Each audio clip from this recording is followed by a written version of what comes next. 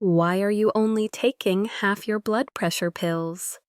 The nurse asked it the way people ask a routine question, eyes steady, pen poised, yet the room felt like it tilted.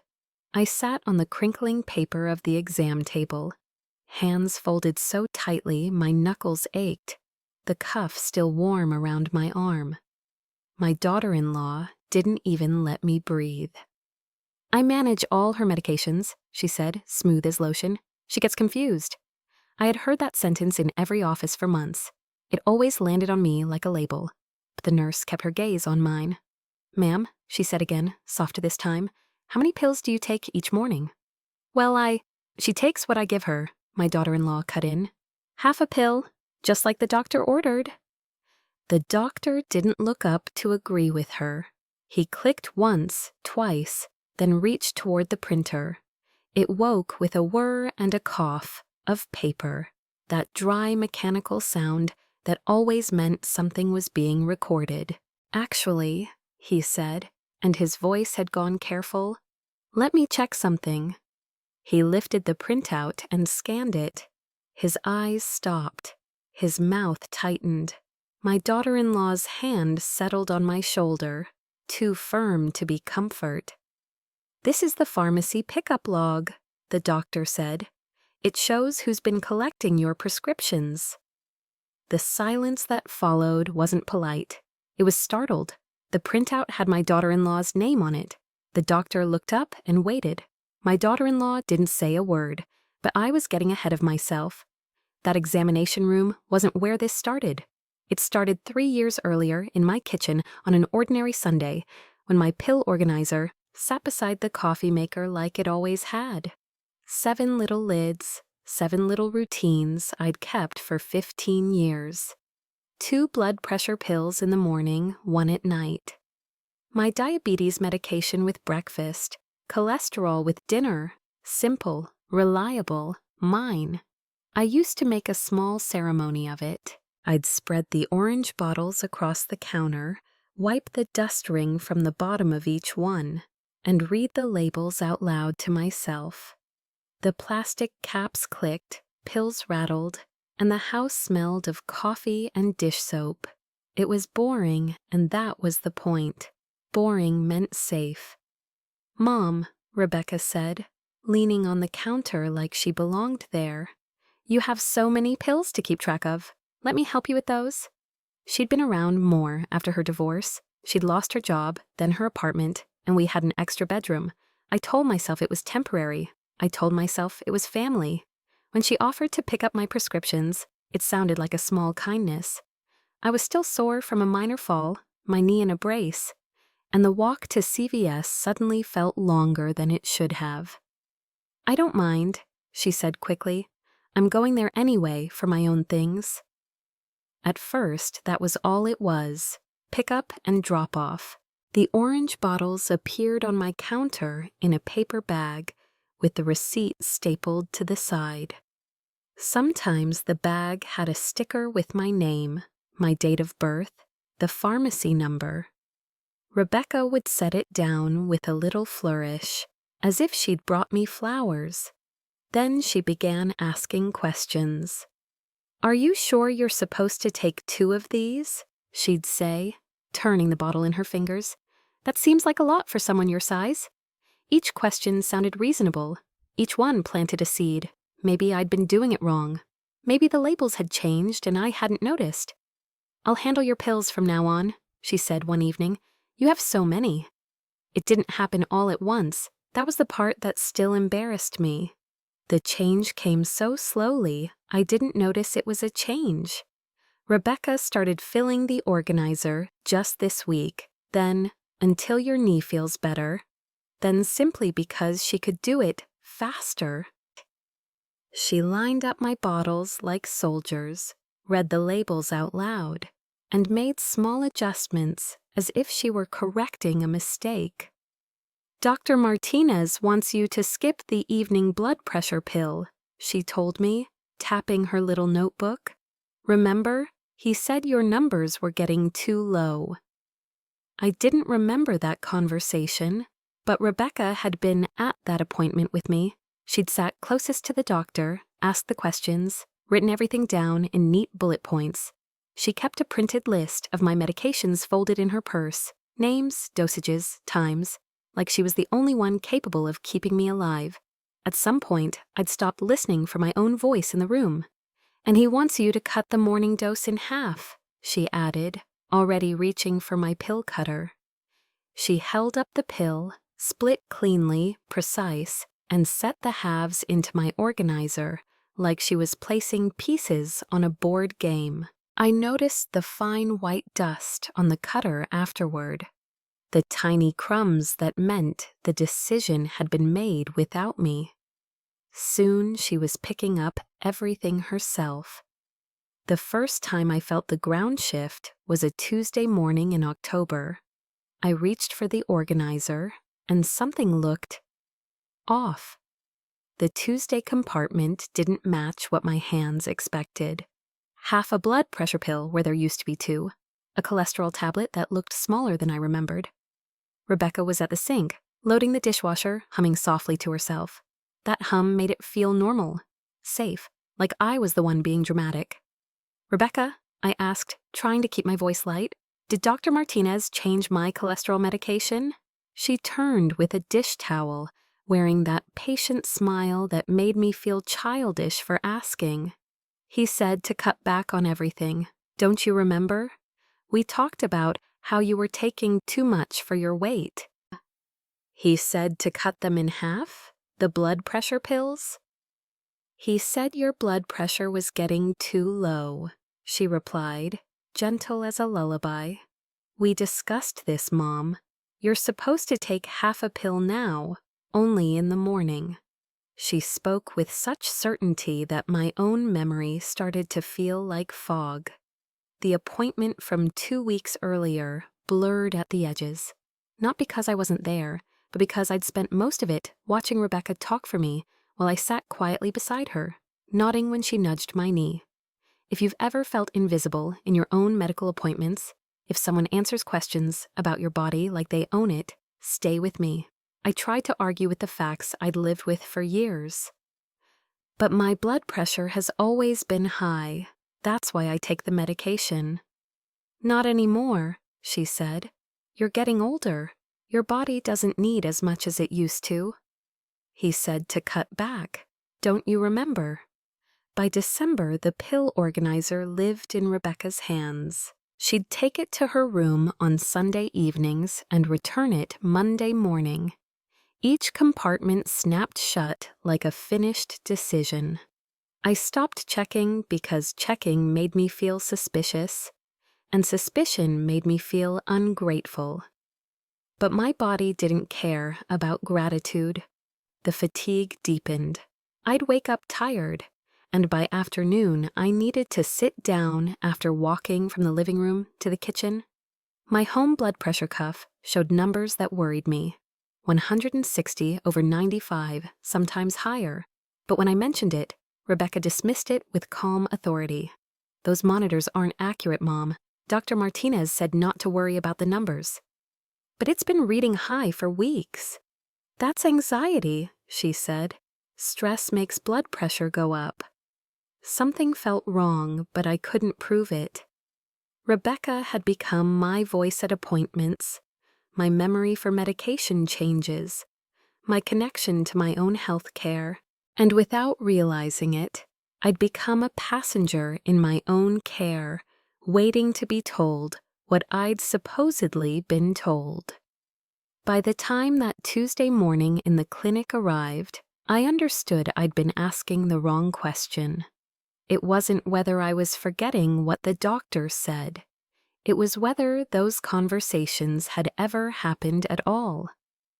The conversation about my thinking happened on a cold February morning. Rebecca was making coffee, moving around my kitchen with the easy efficiency of someone who'd quietly claimed the space.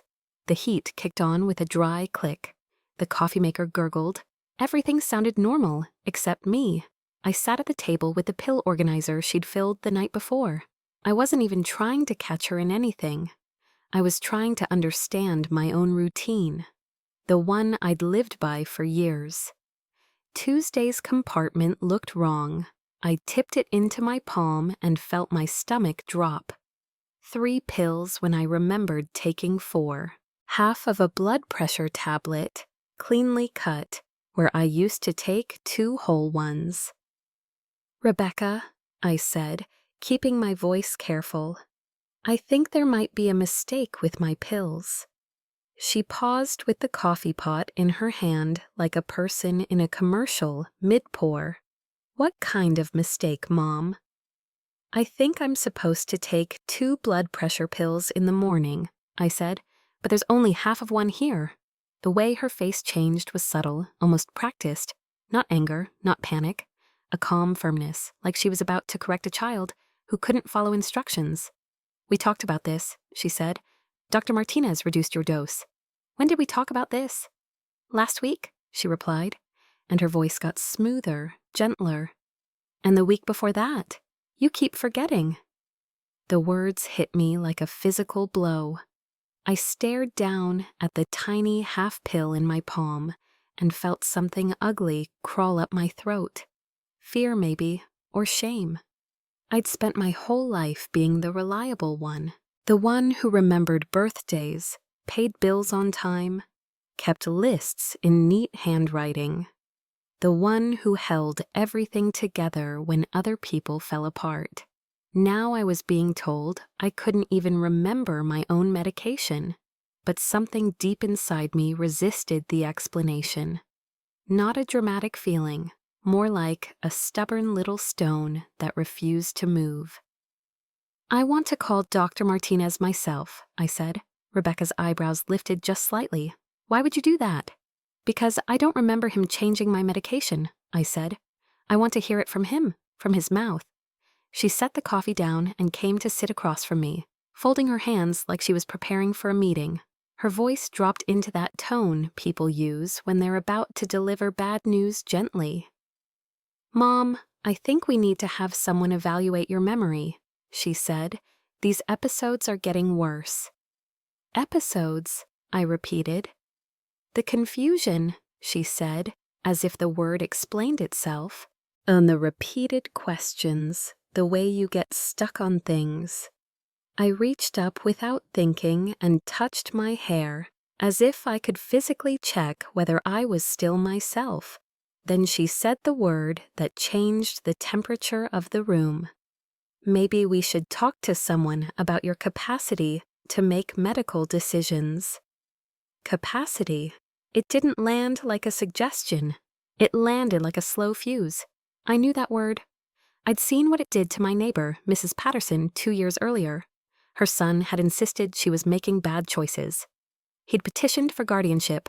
Within months, she wasn't in her own house anymore. She wasn't in charge of her own money. She wasn't even in charge of what time she went to bed. "My capacity?" I whispered. "To make sure you're safe," Rebecca said quickly, like she was rescuing me from my own reaction. "To make sure you can still live independently." Independently. I looked down at the pill organizer, the one I hadn't filled in months. Rebecca controlled my medications. She spoke for me at appointments.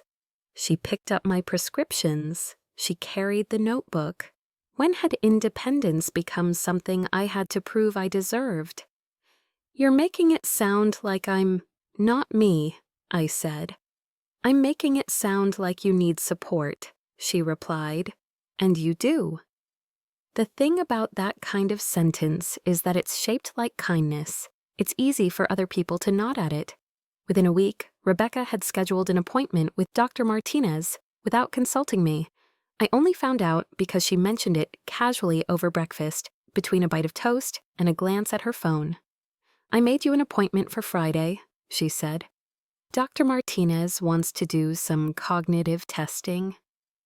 "You made me an appointment," I repeated.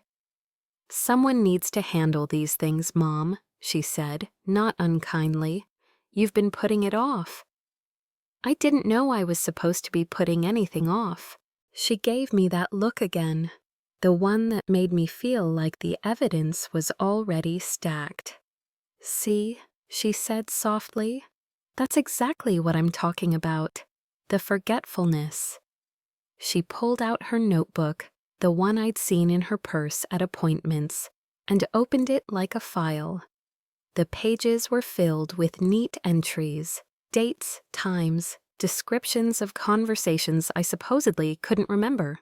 When had she started documenting my life like evidence in a case? February 3rd, she read, asked about medication changes 3 times.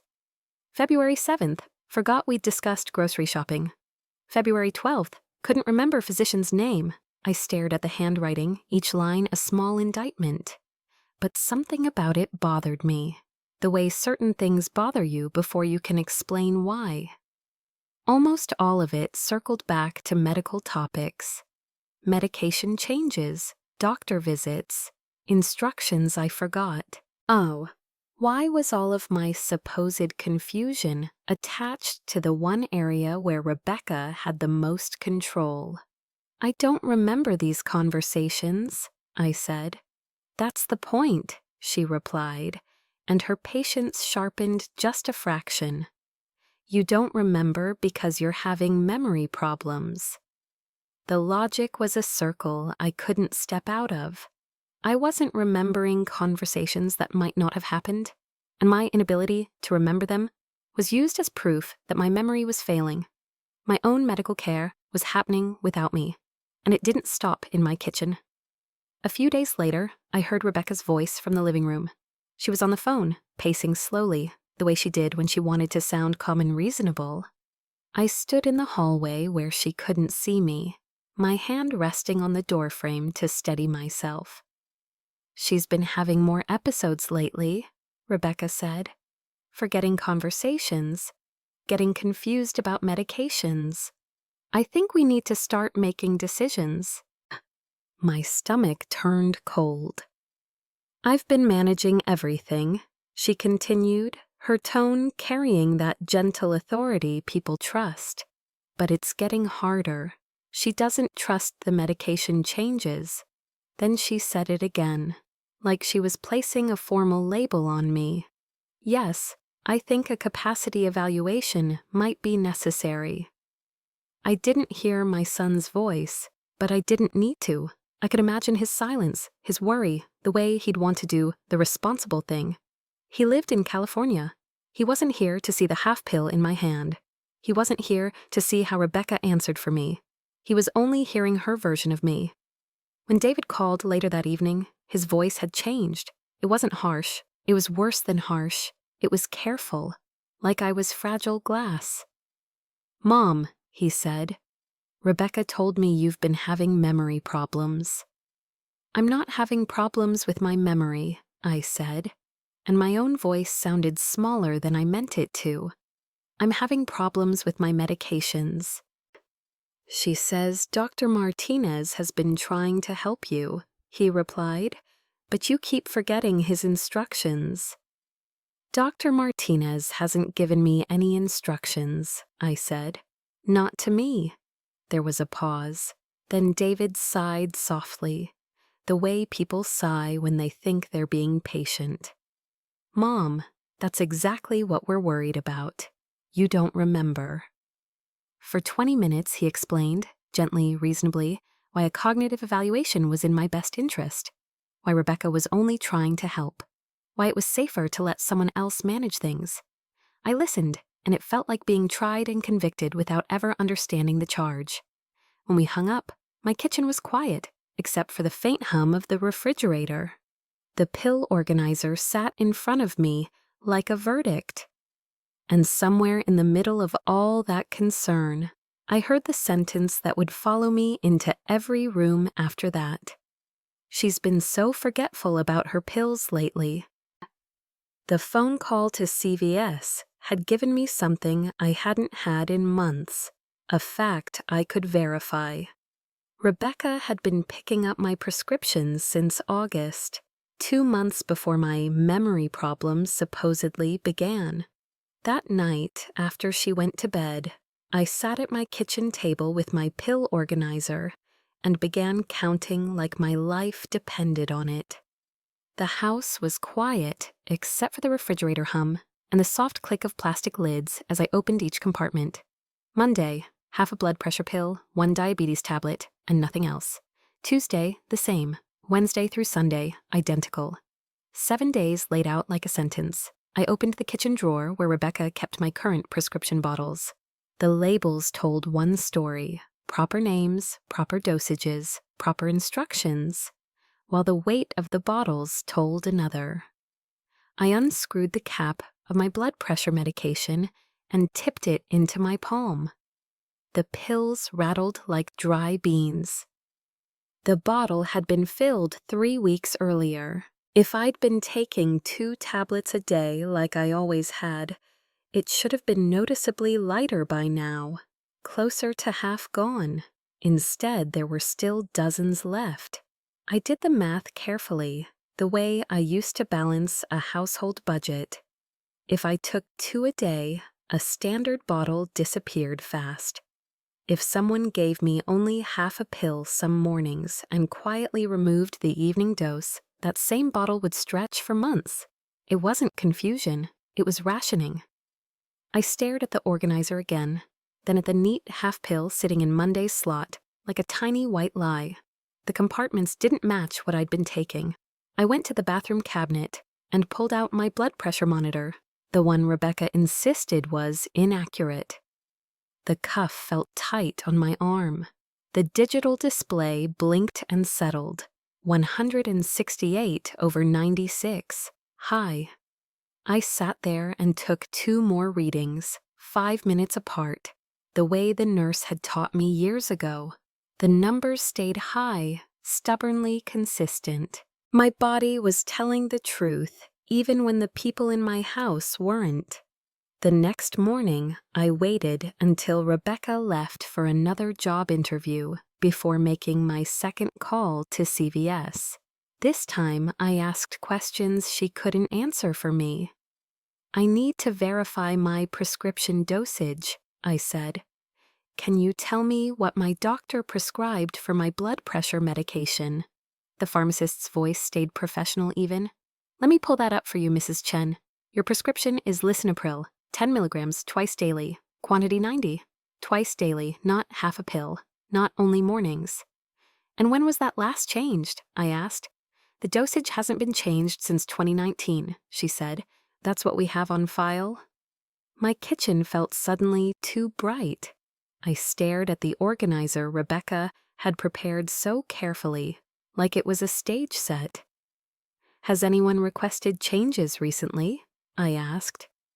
"Not that I can see," the pharmacist said. "Changes would need to come through your doctor's office with proper authorization." I swallowed. If the prescription hadn't changed, then the change had been happening in my home, quietly, manually, without paperwork. "One more question," I said. My voice shook anyway. "Do you have a record of who's authorized to pick up my medications?" There was typing, a pause. "Rebecca Chen was added to your pickup authorization on August 10th, the pharmacist said. "It shows the request came from your phone number." August 10th. I remembered that day because it scared me. I'd gone to the emergency room with chest pains that turned out to be anxiety. Rebecca had stayed home to handle things so I could rest. She told me later that the pharmacy had called about something and she'd taken care of it. I hadn't realized taking care of it could mean taking my access away. When I hung up, my hand stayed on the receiver for a moment longer than it should have. It wasn't a dramatic moment. It was the moment a door clicks shut in your mind, and you realize you've been on the wrong side of it. She'd been picking up my prescriptions for months. That afternoon, I did something I hadn't done in months. I called Dr. Martinez's office myself. "Mrs. Chen," the receptionist said, "we have you down for next Friday with the Dr. Martinez. Is that the cognitive evaluation appointment your daughter-in-law scheduled?" The phrase "your daughter-in-law scheduled" stung more than I expected. "No," I said. "This is a separate appointment. I need to discuss my current medications." There was a small pause, like she was recalibrating who she was speaking to. "I can put you down for Tuesday morning," she said. "Is Rebecca Chen coming with you?" "No," I said again. And this time the word came out steadier. She is not. After I hung up, I sat there listening to the quiet. The finality in my own voice surprised me. When had I stopped being the person who made decisions about my own health? That weekend, I created something Rebecca didn't know existed, my own documentation. I opened a notebook and started a timeline from August forward. Every symptom, every change, every doctor order I didn't remember hearing. I wrote dates the way I used to write grocery lists, clean, specific, undeniable. August 15th, Rebecca picked up my first prescription. I was in the ER with chest pains. September 3rd, first mention of doctor's orders. To reduce my evening blood pressure pill, September 20th. Cholesterol medication disappears from the organizer. Doctor discontinued it. October 15th, morning blood pressure pill reduced to a half dose. Numbers too low. November 8th, severe dizziness when standing. November 22nd. Rebecca tells David I'm forgetful during Thanksgiving call. February 2nd. Rebecca schedules cognitive testing without consulting me. And there it was, line after line. Whenever the pills went down, my body went wrong. I read the list once, then again. Then I laid my hand on the paper as if it could anchor me. Every symptom matched the medication she'd withheld. The pattern was clear, but clarity wasn't the same as safety. Because now I understood something else too. Rebecca didn't need to convince me I was confused. She only needed to convince the right people. I needed help from someone who couldn't be charmed or managed or gently steered into believing her story. That night, with my timeline tucked inside the notebook and my pill bottles lined up like witnesses, I looked up a number and wrote it at the top of a clean page. Elder Law Associates. Then I picked up the phone. The law office of Elder Law Associates sat on the second floor of a modest building downtown. No marble lobby, no dramatic view, just a quiet waiting room with a water dispenser that clicked when it cooled, and a receptionist who spoke in a low, practiced voice. It felt like the kind of place that solved problems people were ashamed to say out loud. Thomas Richardson was younger than I'd expected for an elder law attorney, around 50, with the careful manner of someone who'd heard the same story in 100 different outfits. He didn't look shocked when I laid my life on his desk. He looked focused. I sat across from him with my timeline spread between us. Pill bottles lined up like witnesses. The plastic rattled softly each time my hand brushed them. He read without interrupting, making small notes in the margins, the scratch of his pen steady and calm. When he finally looked up, he didn't speak to Rebecca's version of me. He spoke to me. "Mrs. Chen," he said, "what you're describing is elder abuse under state law." The words hung in the air. Elder abuse. He didn't let them sit there like a headline. He translated them into the language of consequences. Specifically, he continued, this can be treated as financial elder abuse. Medication manipulation affects more than your health. If someone keeps you under-medicated so you appear confused or unstable, it becomes leverage. Leverage over your decisions, your accounts, your home. "My assets?" I asked, and hearing myself say it made my throat tighten. "Your house," he said simply, "your bank accounts, retirement funds. Once someone gets guardianship or conservatorship, they control everything. And the first step is usually proof that you can't manage basic care." "Like medications," I whispered. He nodded. "Exactly. And the pattern you described, creating a story of decline while controlling the inputs, that has a name. Manufacturing incapacity." I thought of Rebecca's notebook. Every entry about my confusion. Every entry orbiting one thing, my medical life. All of it building a file against me. Mr. Richardson tapped my timeline with the end of his pen. "What you did here," he said, by documenting dates, symptoms, and what changed. This is the difference between a feeling and a case. Then he said the sentence that made my spine straighten. This is considered financial elder abuse, he said. He pulled out a yellow legal pad and wrote protective steps at the top, each letter firm. First, he said, we gather independent records, pharmacy history, pickup authorization logs, and your medical chart notes from Dr. Martinez's office. Not what Rebecca claims was ordered. What the system shows was ordered. She never put anything in writing, I said. She always told me verbally what the doctor supposedly said. That helps, he replied, almost grimly. Because if the doctor never ordered it, there won't be documentation, no change orders, no chart note, no new prescription instructions. That absence becomes evidence. He wrote again, then slid the pad slightly so I could see the bullet points. Second, he said, we lock down access, today. Remove her from pharmacy pickup authorization. Change patient portal passwords. Put a note in your chart that no one is authorized to speak for you without your written permission.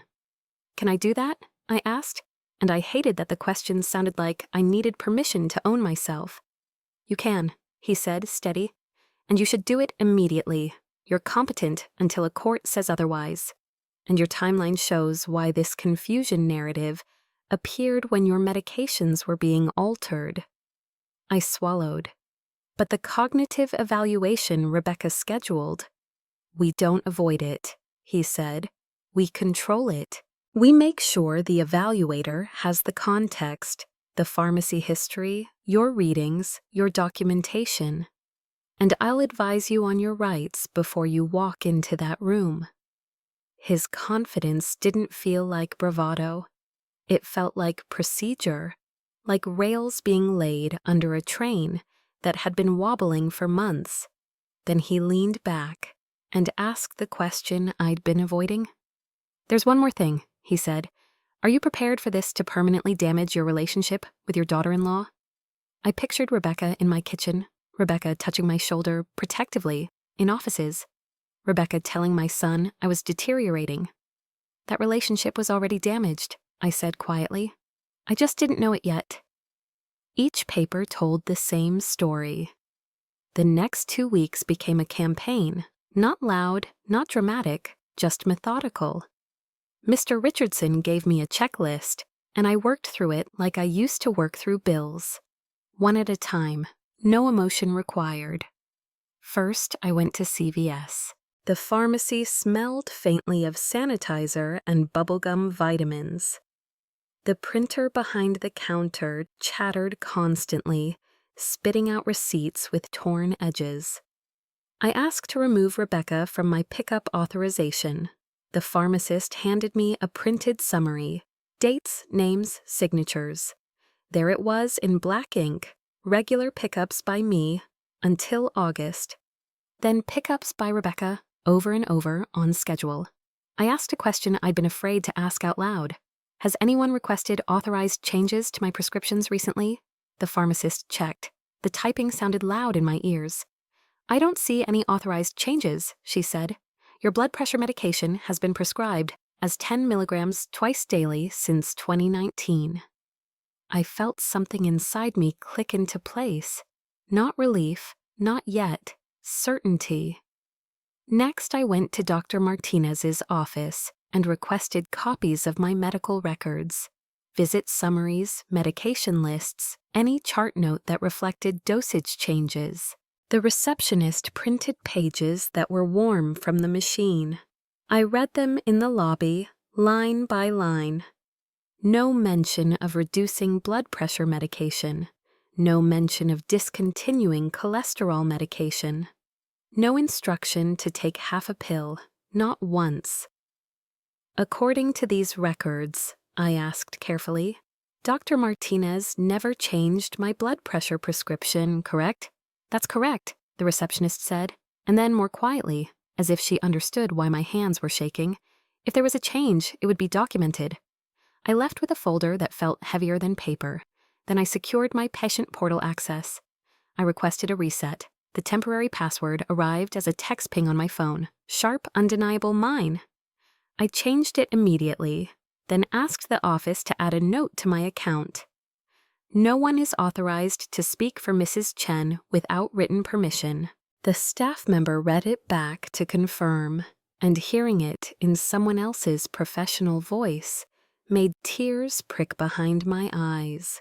Nobody could speak for me anymore. The final piece was timing. Rebecca's cognitive evaluation was scheduled for Tuesday, so I scheduled my own appointment with Dr. Martinez that same morning, early, before anything else could happen. I asked that my attorney be available to advise me and that a nurse supervisor sit in as a witness. The receptionist didn't argue. She didn't sound annoyed. She sounded alert. "We'll put you as the first appointment," she said, "and I'll make sure the nurse supervisor is aware." When I hung up, I realized I'd been holding my breath. Rebecca continued her routine at home, still confident, still performing the concerned caregiver. She still believed the system would default to her. But I had a folder now, a timeline, records, password control, notes in my chart. And on Tuesday morning, she was going to walk into that clinic, expecting to speak for me, like she always did. This time, she wasn't going to be the first person they listened to. Tuesday morning arrived with the weight of 8 months of silence behind it. I sat in the parking lot of Dr. Martinez's office at 7:45 a.m., watching Rebecca pace beside her car like a concerned daughter-in-law in a waiting room brochure. She'd insisted on driving me, still believing she was driving the story too. Then Mr. Richardson appeared at the far end of the lot, briefcase in hand, stride steady. Seeing him walk toward me did something I hadn't felt in months. It gave my spine back. "Good morning, Mrs. Chen," he said when he reached my door. "Are you ready?" I'd been ready for this conversation for 8 months, I told him. I just didn't know it until 2 weeks ago. Rebecca turned at the sound of his voice. Confusion crossed her face, then alarm, like she'd just realized the room had a witness. "Mom, who is that?" she demanded. "Why didn't you tell me you were bringing someone?" I opened my car door and stepped out carefully. My hands were calm. That surprised me. "Rebecca," I said, "this is Mr. Richardson, my attorney." Her mouth parted. "Your attorney? Mom, what is going on?" "And this isn't the cognitive evaluation you scheduled," I added. "This is an appointment I made to discuss my medications." For the first time in months, Rebecca didn't have an immediate script. Uncertainty flickered across her face, quick then hidden. Mr. Richardson gave her a small professional nod. "Miss Chen, Thomas Richardson." Mrs. Chen retained me to address concerns about her medical care and access. Rebecca's eyes moved from his briefcase to my purse, the purse I'd kept close for 2 weeks because it held my folder, my notes, my proof. She followed us inside anyway, still wearing her concerned caregiver expression like armor. Dr. Martinez met us in the hallway, but he wasn't alone. A woman with a clipboard stood beside him, Janet Morrison, the nurse supervisor I'd requested. The clipboard clicked softly as she adjusted her grip. "Mrs. Chen," Dr. Martinez said, voice neutral but attentive. "You asked for extra time this morning. You said there were irregularities with your prescriptions." "Yes," I said, "and I'd like Miss Chen to sit with us, but I'd like you to ask me questions directly." Janet's eyes flicked to mine, just for a second, and I felt something in that look, acknowledgement. In the exam room, Rebecca automatically moved toward the chair closest to the doctor's computer screen. It was a small thing, but it said everything. Janet didn't let it happen. "Miss Chen," she said calmly, gesturing to a chair farther back, "please sit there." Rebecca paused, then sat. The paper on the exam table crinkled under me as I shifted, the sound loud in the small room. Janet set her clipboard down with a firm little tap. She looked at me, not Rebecca. Mrs. Chen, she asked, how are you taking your blood pressure medication right now? Rebecca inhaled as if she was about to answer. I saw it coming. I'd watched it for months. Janet held up a hand, gentle, not rude. I'm asking Mrs. Chen, she said. The room went still. I swallowed. I've been taking half a pill in the morning, I said, and nothing at night. Janet didn't blink. She wrote something down. Rebecca leaned forward, voice smooth. She gets confused, she said quickly. I manage her medications. We reduce some of them because they were making her forgetful. Dr. Martinez turned slightly. Reduce them how? He asked. Rebecca smiled, small, reassuring, practiced. We talked about it during her November appointment. Her numbers were low. Janet's pen stopped. She looked up. I was present for that appointment, she said. Her blood pressure that day was elevated, not low. Rebecca's smile held for half a second too long. Dr. Martinez clicked through my chart notes. The keyboard sounded sharp. My documentation shows no dosage reductions, he said. No discontinuation, no changes to her lisinopril. If I'd changed it, it would be recorded. Rebecca's voice tightened.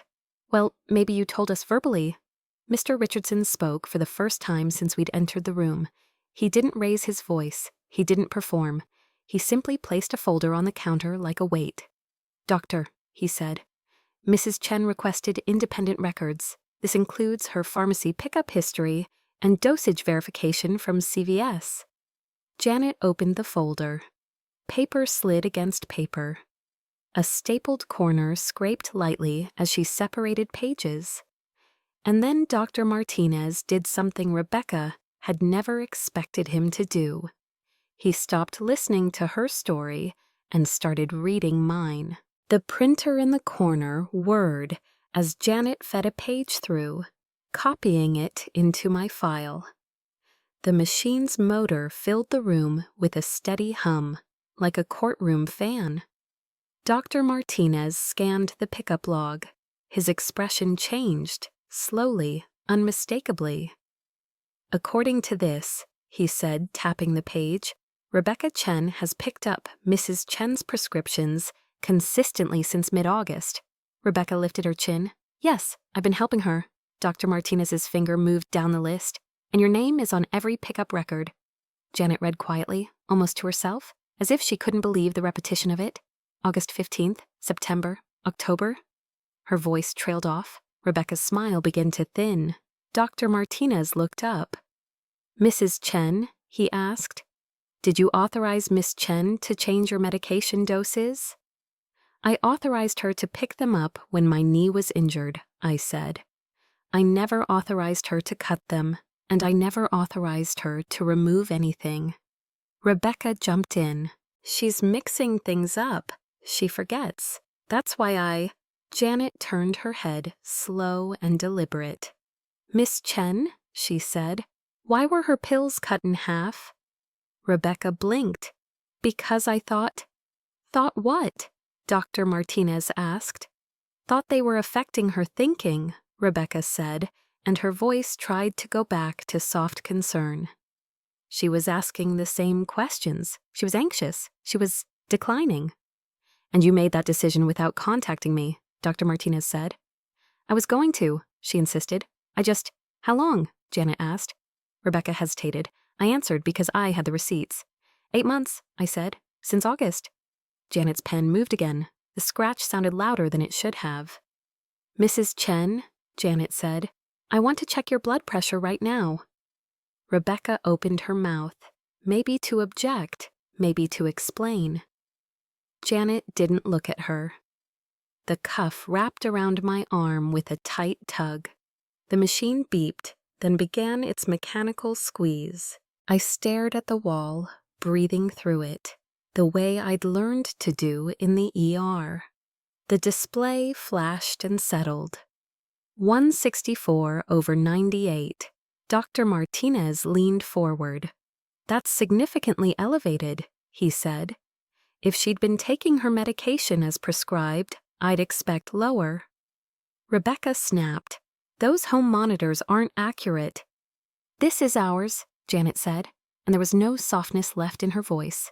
Dr. Martinez turned back to Rebecca. "If you were managing her pills," he said, "and you believed the medication was harming her, the correct step was to call me, not to change the dose yourself." Rebecca's hands tightened around the strap of her purse. I noticed suddenly that she was gripping it like a lifeline. Mr. Richardson slid one more item onto the counter.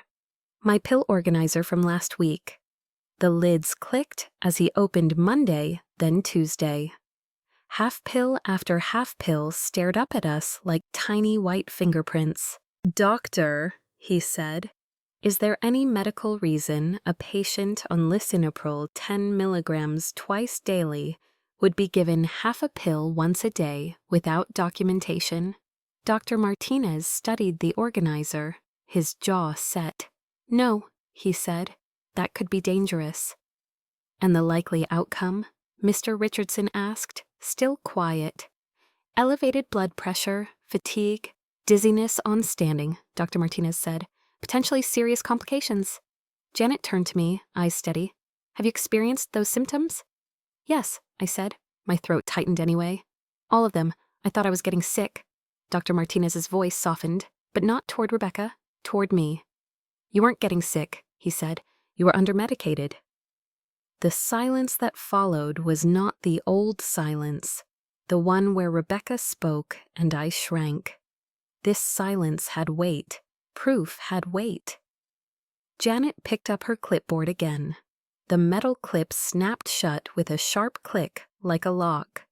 "Miss Chen," she said, "I need you to answer one question clearly. Why did you change her doses?" Rebecca looked from Dr. Martinez to Janet to Mr. Richardson, searching for someone who would accept the old story. No one did. I was trying to help," she whispered. "Help with what, specifically?" Janet pressed. Rebecca's mouth opened, then closed. She couldn't explain why she'd changed my doses. Dr. Martinez turned to his computer and began typing. The keyboard clacked like a verdict being written. "I'm issuing a new prescription to be filled today," he said, "with explicit instructions. Mrs. Chen is the only authorized pickup person. I'm ordering labs, and I'm documenting this conversation in the evidence you brought." Janet's eyes didn't leave Rebecca. "And I'm initiating protocol," she said simply. "There are required steps when an elder's care appears compromised." Rebecca's face drained of color. As we stood to leave, she followed a half step behind us, silent now, like the room had finally taken her voice away. Outside the exam room door, Janet's clipboard tapped once against the wall as she adjusted her grip, and I realized I was hearing a new sound in my life. Procedure. And Rebecca. Rebecca was about to learn what procedure meant. The call from Adult Protective Services came 3 days after Dr. Martinez's appointment. I was standing at my kitchen counter with my pill organizer open, plastic lids clicking under my fingers, filling it myself for the first time in 8 months. The small routine felt strange, like using a hand you hadn't trusted in a while. My phone rang. "Mrs. Chen, this is Sarah Williams with Adult Protective Services," the voice said, calm and businesslike. Dr. Martinez's office filed a report regarding concerns about medication management. "I'd like to meet with you tomorrow afternoon." "Of course," I said, my throat tightened anyway.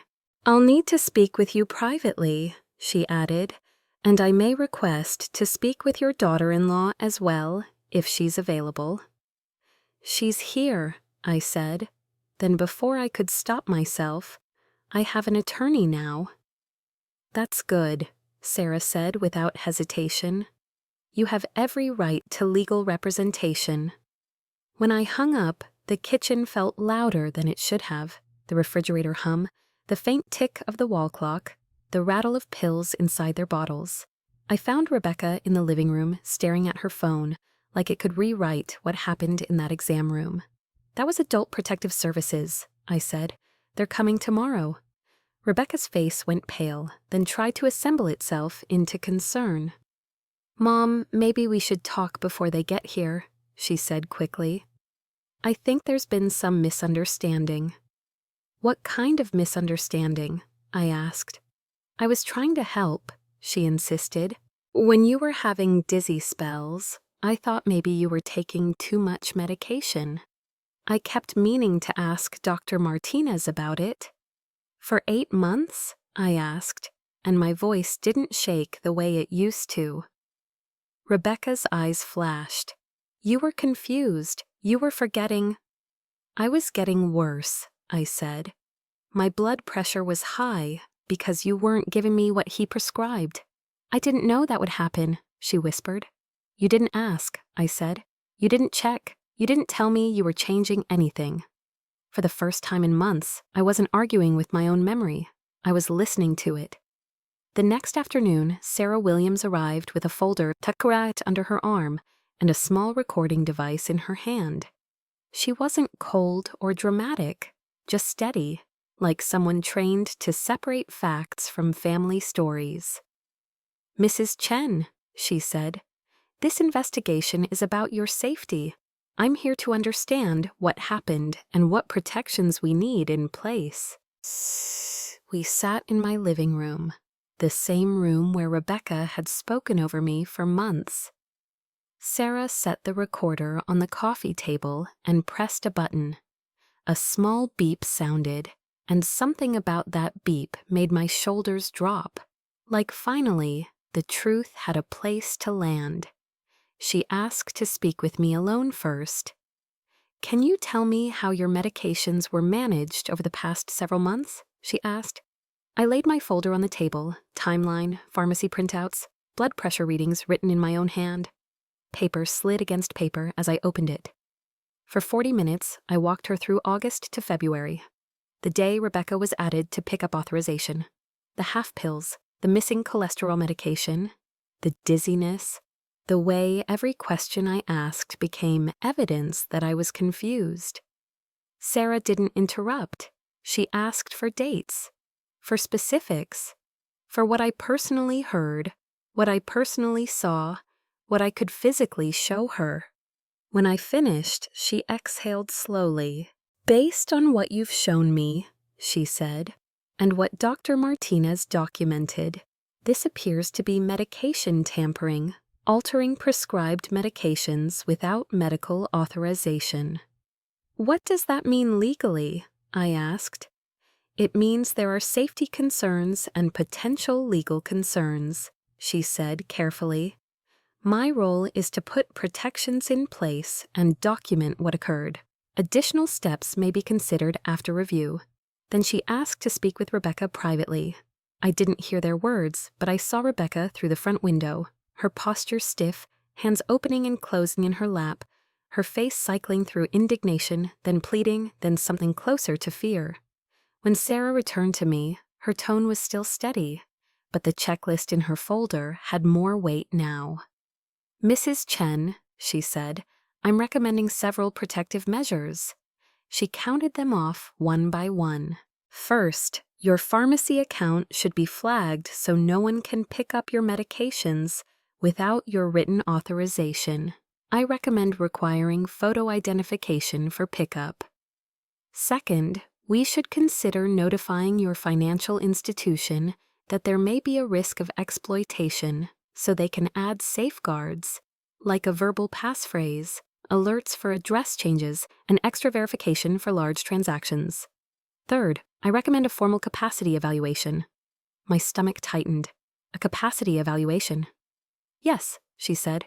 In this situation, it can protect you. It creates official documentation that you understand your medical care and can make your own decisions. If anyone ever tries to petition for guardianship using confusion as leverage, this matters. A week later, I sat in a quiet office across from Dr. Patricia Summers, a geriatric psychiatrist with kind eyes and a voice that didn't rush me. The room smelled faintly of tea. A clock ticked softly. She explained the process, memory questions, practical reasoning, medication management, financial judgment. It wasn't humiliating. It was thorough. For 2 hours, she asked me to remember lists, solve simple problems, explain everyday decisions. She watched how I answered, how I corrected myself, how I handled being uncertain without collapsing. Then she asked the question that mattered. "Mrs. Chen," she said, "tell me what happened with your medications." I told her plainly. I didn't decorate it. I didn't apologize for it. I laid it out like a timeline, because that was what it was. "And how did you recognize something was wrong?" she asked. "I started counting," I said. "I checked my blood pressure myself. I called the pharmacy. I wrote down dates. I matched symptoms to what I wasn't receiving." She nodded, and for the first time in months, I saw a professional react to me the way I used to be seen, capable. "A person with significant cognitive impairment would struggle to do what you did," she said. "Your documentation shows planning, judgment, and follow-through." A week later, the report was sent where it needed to go: APS, my attorney, and Dr. Martinez's office. The conclusion was simple. I was competent to make my own medical and financial decisions. Within the next 2 weeks, the protections went into effect, like locks clicking into place. The pharmacy required ID and noted that I was the primary pickup person. Dr. Martinez's office placed a clear notation: no one could speak for me without my written permission. My bank added extra verification steps and alerts, and APS documented their finding and next steps according to procedure. Rebecca didn't shout anymore.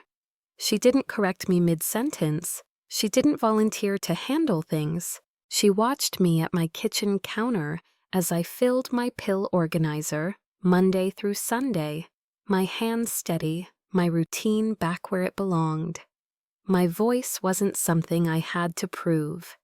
It was something I had reclaimed. And for the first time in 8 months, the house felt like mine again. 3 weeks after the investigation closed, I set new rules in my own house. Rebecca was still living under my roof, but the power in the room had shifted, not with shouting, with routine. On Sunday morning, I reclaimed my kitchen counter. I placed my pill organizer back beside the coffee maker, exactly where it had sat for 15 years. The lids clicked open one by one. The bottles rattled softly. The smell of coffee rose like a promise. "Mom," Rebecca said from the doorway, careful now, "do you want me to help you with those?" I didn't look up right away. I finished sorting Monday, morning and night, then closed the compartment with a firm snap. "No, thank you," I said. "I can manage my own medications." When I finally met her eyes, I kept my voice calm. "I managed this for 15 years before you moved in," I said. "The only time it became a problem was when you took over." Rebecca nodded once. She didn't argue. She just stepped back, as if she'd learned the shape of the line and where it was safest not to cross. The boundaries didn't stop at the pill organizer. When my son David called, I answered my own phone. I didn't let the conversation drift into Rebecca's version of me. "Mom," he said, cautious, "how are you feeling?" "Better," I told him. "But I need you to understand something. The doctor didn't reduce my medications. That wasn't medical advice. That was control." There was a long pause on the line. Guilt, confusion, something cracking. "I thought you were having memory issues," he admitted. "I was being told I was," I said. "There's a difference." After that, the calls changed. David started asking me directly instead of asking around me. Rebecca learned to ask instead of assume. If she wanted to schedule a repair, she asked. If she needed the car, she asked. When the mail arrived, she handed it to me unopened, like it was never hers to sort through in the first place. The most important change wasn't paperwork or protocols. It was quiet. I stopped flinching when someone asked about my health. I stopped wondering what was in each compartment before I swallowed it. I slept through the night without waking up, afraid that I'd missed a dose or been given the wrong one. One Tuesday morning, I drove myself to Dr. Martinez's office. I walked in alone, checked in under my own name, and sat in the waiting room without anyone hovering beside me. When I left, my prescriptions were in my purse and my voice was in my mouth. At home, my pill organizer sat on the counter again, exactly where it belonged. And for the first time in 8 months, so did I. 6 months later, a letter arrived from the district attorney's office. The case had moved forward, and Rebecca was facing an elder abuse charge.